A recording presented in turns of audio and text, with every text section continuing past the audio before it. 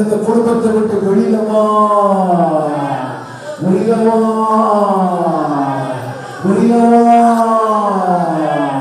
வெளியிலவா மந்திராமிகளே வெளியிலவா வெளியிலவா வெளியிலவா வெளியிலவா வெளியிலவா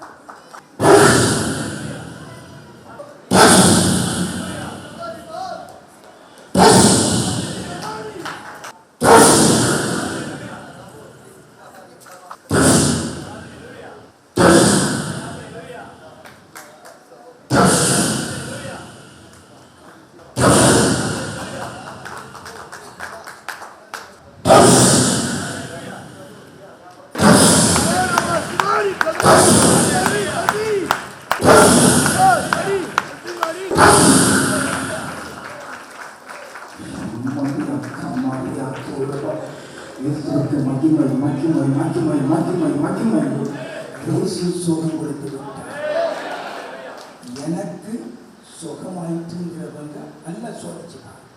எனக்கு இயேசு அற்புதம் செஞ்சிட்டாருங்கிற மட்டும் கைவிடுவாங்க. நான் சுகமாயிட்டேன், நான் விடுதலையாயிட்டேன். நல்ல கைவிட்டேன். நான் சொல்ற நல்ல கவனிங்க. வெட்கப்பட்டு உட்கார்ந்துடாதீங்க. இயேசுவுக்கு மகிமை உண்டாகட்டும். ஆமென். இயேசு கிறிஸ்து அற்புதம் செய்திருக்கிறார். உங்க அத்தனை பேருக்கும் இயேசு அற்புதம் செய்திருக்கிறார். என் பேர் பாரதி பியூலாங்க. நான் அவினாசிலேருந்து வந்திருக்கேங்க. எனக்கு இந்த இடத்துல கட்டி இருந்துச்சுங்க. அது ரொம்ப நாளாக வலிச்சுட்டே இருந்துச்சு. அப்புறம் திடீர்னு கம்மியாயிடுச்சு. திரும்பி இங்கே வரும்போது வலி அதிகமாகிடுச்சு. வாசப்படி தாண்டினோன்னு வலி அதிகமாகிடுச்சு. ஒரு மாதிரி ஆயிடுச்சுங்க. ஏன்னா உட்கார முடியல. ஜெபம் பண்ணலான்னு ஸ்டார்ட் பண்ணும்போது என்ன ஜெபம் பண்ண முடியல. பாட்டு பாடுறேன், ஆனால் என்ன ஜெபம் பண்ண முடியல. சரி, உங்களுக்கு என்ன வியாதி இருக்கு, அவங்கெல்லாம் முன்னாடி வாங்க அப்படின்னு கூப்பிட்டேங்க. நான் வரலன்னு சொல்லி நின்றுட்டு இருந்தானே. என் வீட்டுக்காரர் கூட்டிகிட்டு வந்தார், நீ வந்து நில்லு அப்படின்னு சொல்லி. நான் வரணும் பிரயாசப்பட்டு வரல. என்னை அறியாமல் எங்கள் வீட்டுக்காரர் என்னை கூட்டிகிட்டு வந்து நிற்க வச்சார். கட்டி மேலே கை வச்சுக்கோங்க அப்படின்னு சொன்னாங்க. அப்புறம் வயிற்றுல கட்டியிருக்கவங்க வயிற்று மேலேயும் உடம்பு ஃபுல்லாக என்ன ப்ராப்ளம் இருக்குங்கிறவங்க தலை மேலே கை வச்சுக்கோங்கன்னு சொல்லி ஜெபம் பண்ணீங்க. நான் எங்கே கை வைக்கிறதுன்னு எனக்கு தெரியல. 3 இடத்துல ப்ராப்ளம் இருக்குது, எங்கே வைக்கிறதுன்னு தெரியல. எனக்கு அதுவும் இல்லாமல் எனக்கு குழந்தை இல்லை. 5 வருஷமாக நீர் கட்டி இருக்குன்னு டாக்டர் அடிக்கடி என்கிட்ட சொல்லுவாங்க. ஆனால் என்னால் மாத்திரை சாப்பிட முடியாது. நான் விசுவாசித்தேன், கடவுள் எனக்கு சுகம் கொடுப்பாருன்னு விசுவாசித்தேன். என் வயிற்றுக்குள்ள என்னமோ ஏறிச்சு, ஆனால் உணர முடியல, என்னன்னு எனக்கு தெரியல. நீங்கள் சோதிச்சு பாரு, உடம்புல ஏதாச்சும் ரெடி ஆகிடுச்சா இல்லையா சோதிச்சு பாருன்னு சொல்லும் போது நான் சோதிச்சு பார்த்தேன். ஆனால் அது வழியே இல்லை. கடவுள் எனக்கு சுகம் கொடுத்துட்டாரு. மகிமை உண்டாகட்டியா? இந்த இடத்துல கட்டி இருந்ததா? இந்த இடத்துல கட்டிய காணுமே. கட்டி இருக்கா? கட்டி இருக்கா இல்லையா? இல்லையா? கட்டிய காணும் ஐயா. நான் கை வச்சு பார்த்துட்டு தான் சொல்றேன். கட்டியை என் ஆண்டவர் இயேசுவுக்கு மகிமை உண்டாகட்டும். டாக்டர் சொன்னாங்களாம், வயத்துல நீர் கட்டி இருக்குன்னு சொன்னாங்களாம். அப்படி ஜெபிக்கிற நேரத்தில் வயத்துக்குள்ள எரிஞ்சுதான், அப்படிதானே? எல்லா நீர்க்கட்டியையும் எரிச்சே போட்டுருச்சு. அல்லேலூயா. இயேசு உனக்கு அற்புதம் செஞ்சிருக்கிறாரு. அப்புறங்க ஐயா பாட்டு பாடிட்டு இருந்தாங்க ஐயா. நான் எனக்கு முதல் வருஷம் என்னன்னு சொல்லி கடவுள் எனக்கு வாக்குத்தத்தம் கொடுத்தார். ரெட்டிப்பான நன்மையால் நிரப்புவேன்னு சொல்லி அந்த வசனம் எனக்கு என் மனசுக்குள்ள எப்பவுமே இருக்குங்க ஐயா.